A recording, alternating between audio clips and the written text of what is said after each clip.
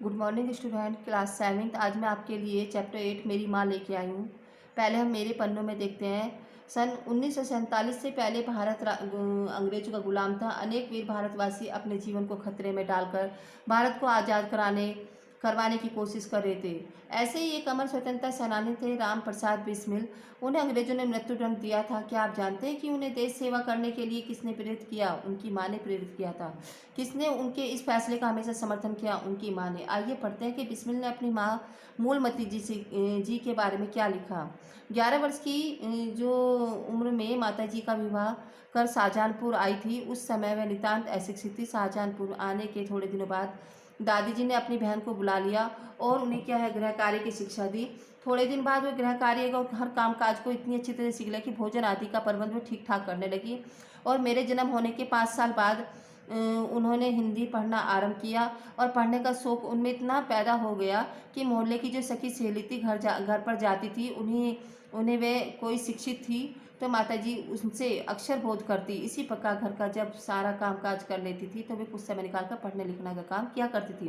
परिश्रम के बल से थोड़े दिनों में वे देवनागरी पुस्तकों का भी अवलोकन करने लगी। मेरी बहनों की छोटी आयु में माताजी ही उन्हें शिक्षा दिया करती थी। जब से मैंने आर्य समाज में प्रवेश किया तब माताजी ने खूब वार्तालाप होता था। उस समय की अपेक्षा अब उनके विचार भी कुछ उतार हो गए। यदि मुझे ऐसी माता न मिलती तो मैं भी अति साधारण मनुष्य की भांति संसार चक्र में फंसकर जीवन निर्वाह करता। और शिक्षा आदि के अतिरिक्त क्रांतिकारी जीवन में भी उन्होंने मेरी वह सहायता की जो मेजनी को उनकी माता ने की थी। माता जी का सबसे बड़ा आदेश मेरे लिए यह था कि किसी की प्राण हानि न हो। उनका कहना था कि अपने शत्रु को भी प्राण दंड न देना।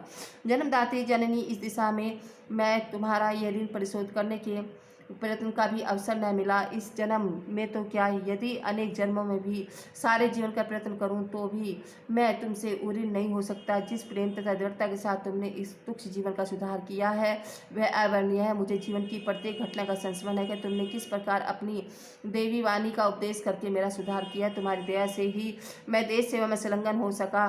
धार्मिक जीवन में भी तुम्हारे प्रोत्साहन ने सहायता दी। जो कुछ शिक्षा मैंने ग्रहण की उसका भी श्रेय तुम्ही को है। जिस मनोहर रूप से तुम मुझे उपदेश करती थी उसका संस्मरण कर तुम्हारी मंगलमय मूर्ति का ध्यान आ जाता और मैं नतमस्तक हो जाता।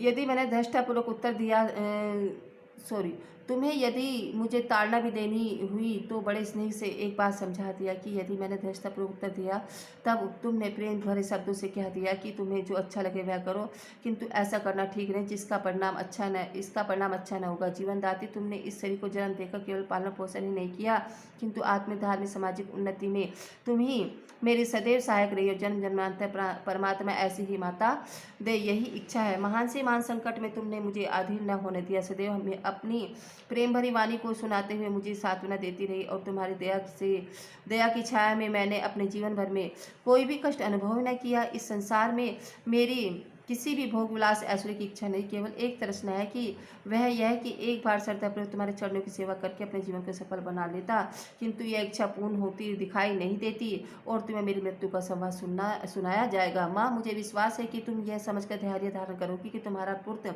माताओं की माता भारत माता की सेवा में अपने जीवन को बलि वेदी की भेंट कर गया और उसने तुम्हारे सम्मान को कलंकित न किया। मेरी प्रतिज्ञा पर दृढ़ रहा। जब स्वाधीन भारत का इतिहास लिखा जाएगा तो उसके किसी पृष्ठ पर उज्ज्वल अक्षरों में तुम्हारा भी नाम लिखा जाएगा। गुरु गोविंद सिंह जी की धर्मपत्नी ने जब अपने पुत्रों की मृत्यु का संवाद सुना था तो बहुत हर्षित हुई थी और गुरु के नाम पर धर्म रक्षार्थ अपने पुत्रों के बलिदान पर मिठाई बांटी थी। जन्मदात्री वर दो, अंतिम समय भी मेरा हृदय किसी प्रकार विचलित न हो और तुम्हारे चरण कमलों को प्रणाम कर मैं परमात्मा का संस्मरण करता हुआ शरीर त्याग करूं। राम प्रसाद बिस्मिल। धन्यवाद।